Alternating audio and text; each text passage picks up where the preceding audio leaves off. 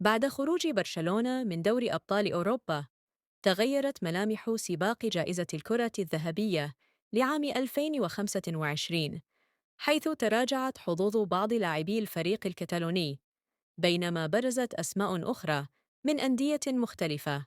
أبرز المرشحين الحاليين للفوز بجائزة أفضل لاعب في العالم 2025: 1. عثمان ديمبلي، باريس سان جيرمان.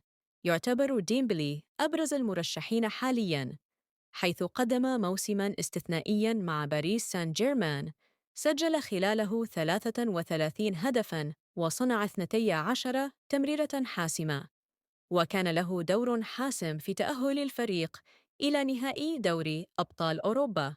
الثاني رافينيا، برشلونة.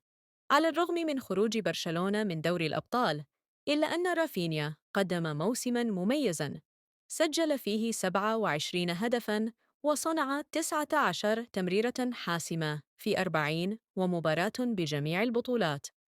كما تصدر قائمة هدافي دوري الأبطال برصيد 11 هدفاً. الثالث لامين يامال، برشلونة. النجم الشاب لامين يامال، البالغ من العمر 17 عاماً، جذب الأنظار بأدائه المميز مع برشلونة، حيث ساهم في 35 هدفاً خلال الموسم. ورغم صغر سنه، يعتبر من أبرز المواهب الصاعدة في أوروبا.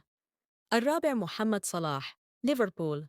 قدم صلاح موسماً قوياً مع ليفربول، سجل خلاله 27 هدفاً في الدوري الإنجليزي، إلا أن خروج الفريق من دوري الأبطال قلل من فرصه في الفوز بالجائزة.